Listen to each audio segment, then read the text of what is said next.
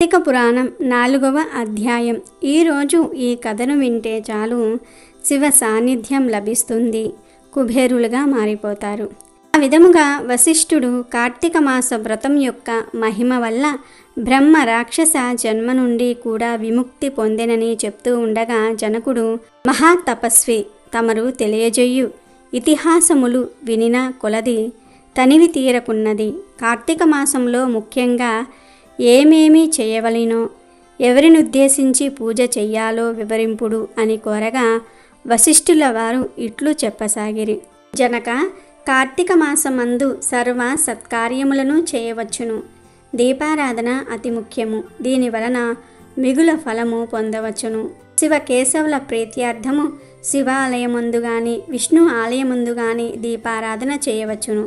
సూర్యాస్తమయమందు అనగా సంధ్యా చీకటి పడువు సమయమున శివకేశవుల సన్నిధిలో గాని ఆ గుడి ప్రాంగణంలో గాని దీపమును వెలిగించటం వలన సర్వ పాపములను పోగొట్టును, వైకుంఠ ప్రాప్తి పొందుతారు. కార్తీక మాసమందు హరిహరాదుల సన్నిధిలో ఆవునేతితో గాని కొబ్బరి నూనెతో గాని విప్ప నూనెతో గాని ఏది దొరకనప్పుడు ఆముదంతో గాని దీపము వెలిగించి ఉంచవలెను. దీపారాధన ఏ నూనెతో చేసినను మిగుల పుణ్యాత్ములుగాను భక్తిపరులుగాను అగుటయేగాక అష్టైశ్వర్యములు కలిగి సన్నిధికేగుదురు. ఇందుకొక కథ కలదు, వినుము. పూర్వం పాంచాల దేశ రాజు ప్రజలను ఎంతో గొప్పగా పరిపాలిస్తూ ఉండేవాడు. భార్య అంటే ఆయనకు అంతులేని అనురాగం. ఆ దంపతులు ఎంతో అన్యోన్యంగా ఉండేవారు. అయితే సంతానలేమి వాళ్లను ఎంతగానో బాధిస్తూ ఉండేది. తమను పున్నామ నరకం నుంచి తప్పించే పుత్రుడు లేకుండా పోయినందుకు వాళ్ళు ఎంతగానో దుఃఖిస్తూ ఉంటారు. అలాంటి సమయంలోనే ఒక రోజున వాళ్ళ దగ్గరకు పిప్పల మహర్షి వస్తాడు. మహారాజు మహారాణి ఆవేదనకు గల కారణం తెలుసుకుంటాడు. కార్తీక వ్రతం ఆచరించటం వలన సమస్త పాపాలు దోషాలు తొలగిపోయి మనసులోని కోరికలు నెరవేరుతాయని పిప్పల మహర్షి వారితో చెప్తాడు. దాంతో ఆయన చెప్పినట్లుగానే ఆ దంపతులు అత్యంత భక్తి శ్రద్ధలతో కార్తీక వ్రతాన్ని ఆచరిస్తారు. వారి వ్రత ఫలితంగా ఒక మగ శిశువు జన్మిస్తాడు. తమ కోరిక నెరవేరినందుకు, తమ కళ నిజమైనందుకు ఆ దంపతులు మురిసిపోతారు. ఆ బిడ్డకు శత్రజిత్ అని నామకరణం చేస్తారు. మహారాజు మహారాణి ఇద్దరు కూడా ఆ శిశువుని ఎంతో గారాబంగా పెంచుతారు.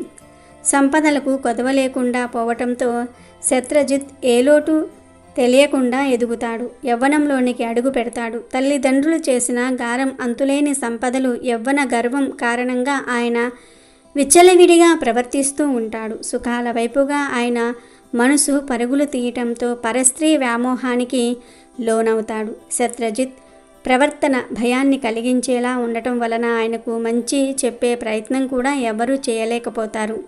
దాంతో ఆయన ఆగడాలకు అడ్డు అదుపు లేకుండా పోతుంది. శత్రజిత్ తాను ఏది అనుకున్నాడో అది చేసేస్తూ ఉంటాడు. తాను ఎవరికీ సమాధానం చెప్పుకోవలసిన అవసరం లేదన్నట్టుగా వ్యవహరిస్తూ ఉంటాడు. అలాంటి శత్రజిత్ కంట ఒక బ్రాహ్మణ స్త్రీ పడుతుంది. ఆమె చాలా సౌందర్యవతి. ఆమె రూప లావణ్యాలను చూసి యువరాజు ముగ్ధుడవుతాడు. ఆమె అంద చందాలే ఆయన కళ్ళ ముందు కదలాడుతూ ఉంటాయి. ఎలాగైనా ఆమెను పొందాలని నిర్ణయించుకుంటాడు. ఆమె వివాహిత అయినప్పటికీ తన సిరి సంపదలు అధికారం చూపించి తన వశం చేసుకుంటాడు. శత్రజిత్ అంతటి గొప్ప వ్యక్తి తనను ఇష్టపడుతున్నందుకు ఆమె గర్వపడుతుంది. అంతటి సిరి సంపదలు కలిగిన వ్యక్తి తనను ఆరాధించటం తన అదృష్టంగా భావిస్తుంది. తన అందచందాలకు అదృష్టానికి ఆమె మురిసిపోతుంది. రోజు రోజుకు ఆయనతో చనువుగా మసులుకుంటూ ఉంటుంది. శత్రజిత్ యువరాజు కావటం వలన ఆయన అండదండలు ఉండటం ఆమె ధైర్యానికి కారణమవుతుంది. క్రమంగా ఆమెకు తన భర్త పట్ల ప్రేమ తగ్గుతూ వస్తుంది. యువరాజు పట్ల వ్యామోహం పెరుగుతూ పోతుంది. తన భార్యకు యువరాజుతో సంబంధం ఉందనే విషయం ఆ నోట ఈ నోట విని ఆమె భర్త అయిన బ్రాహ్మణుడు తెలుసుకుంటాడు. నిజంగా అది ఆయనకు చాలా అవమానంగా అనిపిస్తుంది.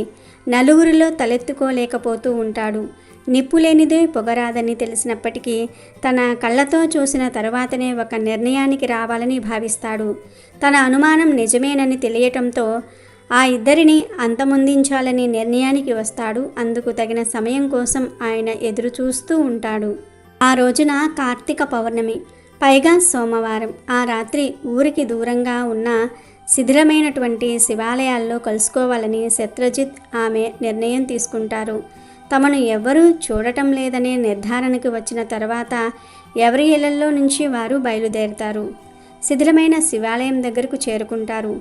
ఇద్దరూ కలిసి లోపలికి అడుగు పెడతారు. శివాలయం చీకటిగా ఉంటుందని తెలుసు కనుక యువరాజు తనతో పాటు ఆముదం తెస్తాడు. దీపం వెలిగించేందుకు ఇద్దరూ ప్రమిద కోసం వెతుకుతారు. యువరాజు ఆమె కలిసి ఆ గుడిలోని గర్భాలయంలో ఉన్న పాత ప్రమిదలను శుభ్రం చేసి అందులో ఆముదం పోస్తారు. ఆమె తన చీర చెంగు చివరలు చెంపి నూనెలో తడిపి ఒత్తులుగా చేస్తుంది. దీపం వెలిగించి ఒకరిని ఒకరు చూసుకుని సంతోషంతో పొంగిపోతారు. ఆనందంలో మునిగిపోతారు. తన భార్య కదలికలను యువరాజును ఒక కంట కనిపెడుతూనే ఉన్న బ్రాహ్మణుడు ఆవేశంతో కత్తి తీసుకొని ఆ ప్రదేశానికి చేరుకుంటాడు. ఒక్కసారిగా వాళ్లపై దాడి చేసి హతమారుస్తాడు. ఆ తరువాత తాను కూడా ఆత్మహత్య చేసుకుంటాడు. బ్రాహ్మణుడి కారణంగా ఆయన భార్య యువరాజు ఇద్దరూ మరణిస్తారు. బ్రాహ్మణుడు కూడా అక్కడే ఆత్మహత్య చేసుకుంటాడు. వాళ్ళ ఆత్మలు శరీరాలను వదిలేస్తాయి. అప్పుడు శివలోకం నుంచి శివభటులు, యమలోకం నుంచి యమభటులు వస్తారు. శివభటులు ఆ బ్రాహ్మణుడి భార్య ఆత్మను, యువరాజు ఆత్మను వెంటబెట్టుకుని అక్కడి నుంచి బయలుదేరతారు. యమభటులు ఆ బ్రాహ్మణుడి ఆత్మను వెంటబెట్టుకొని అక్కడి నుంచి కదులుతారు. అది చూసిన ఆ బ్రాహ్మణుడు ఆశ్చర్యపోతాడు. తాను ఎంతో నియమనిష్టలతో జీవించానని, అలాంటి తనను యమలోకానికి తీసుకువెళ్ళటం ఏమిటని యమభటులను నిలదీస్తాడు. తన భార్య దారి తప్పిందని, ఆ యువరాజు సిరి సంపదలను ఎరగా వేసి తన భార్యను వశం చేసుకున్నాడని అంటాడు. వాళ్ళిద్దరూ ధర్మం తప్పారని చెప్తాడు. అలాంటి వారిని శివలోకానికి తీసుకుని వెళ్ళటం ఏమిటని ప్రశ్నిస్తాడు. చెడుదారిలో వెళ్తున్న వారిని శిక్షించటం తప్పెలా అవుతుందని అడుగుతాడు. ఆ రోజున కార్తీక పౌర్ణమి, పైగా సోమవారం. అంతటి పుణ్యప్రదమైన ఆ రోజున వాళ్ళిద్దరూ శివాలయానికి వచ్చారు. గర్భాలయంలో దీపం పెట్టారు. ఆ పుణ్యం కారణంగా వాళ్లను శివలోకానికి తీసుకువెళ్తూ ఉన్నట్లుగా శివభటులు చెప్తారు. శివాలయంలో దీపం వెలిగించిన వారిని హతమార్చిన పాపమే ఆ బ్రాహ్మణుడు యమలోకానికి వెళ్ళడానికి కారణమయ్యిందని అంటారు. దాంతో ఆ బ్రాహ్మణుడు తీవ్రమైన ఆవేదనకు లోనవుతాడు. తాను ధర్మం అనుకున్నది అధర్మం అయిపోయిందని చింతిస్తాడు. అప్పటి వరకు వాళ్ల మాటలను వింటూ వచ్చిన యువరాజు జోక్యం చేసుకుంటాడు. ఆ బ్రాహ్మణుని ఉద్దేశం ఏదైనప్పటికీ మేము శివలోకానికి వెళ్ళే అర్హతను పొందడానికి కారకుడయ్యాడు. అలాంటి ఆయన మా కళ్ళ ముందే నరకానికి వెళ్ళటం మాకు మరింత బాధను కలిగించే విషయం.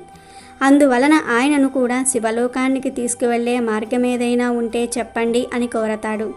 అప్పుడు శివభటులు ఆలోచన చేసి ఒక్క మాట చెప్తారు. కార్తీక మాసంలో పౌర్ణమి రోజున సోమవారం నాడు శివాలయంలో దీపం వెలిగించిన పుణ్యం కారణంగా మీ ఇద్దరూ శివలోకానికి చేరుకునే అర్హతను పొందారు. మీరు చేసిన ఆ పుణ్యంలోని కొంత ఫలితాన్ని ఆ బ్రాహ్మణుడికి ధారపోస్తే ఆయన కూడా శివలోకానికి వెళ్ళడానికి తగిన అర్హతను పొందుతాడు అని చెప్తాడు. ఆ మాట వినగానే శత్రుజిత్ ఆమె ఇద్దరూ కూడా ఒక నిర్ణయానికి వస్తారు. శివాలయంలో ప్రమిదలో నూనె పోసిన పుణ్యం తాను, చీర చెంగు చింపి వత్తులను చేసిన పుణ్యం ఆమె తీసుకుంటామని, ఇక దీపం వెలిగించిన పుణ్యం ఆ బ్రాహ్మణుడికి ధారపోస్తామని యువరాజు అంటారు. ఆయన చెప్పినది సరైనదిగానే శివభక్తులకు అనిపిస్తుంది. దాంతో అందుకు వాళ్ళు అంగీకరిస్తారు. అప్పుడు యువరాజు ఆమె ఇద్దరూ కలిసి దీపం వెలిగించిన పుణ్యాన్ని ఆయనకు ధారపోస్తారు. అప్పుడు యమభటులు ఆ బ్రాహ్మణుణ్ణి శివభక్తులకు అప్పగించి వెళ్ళిపోతారు.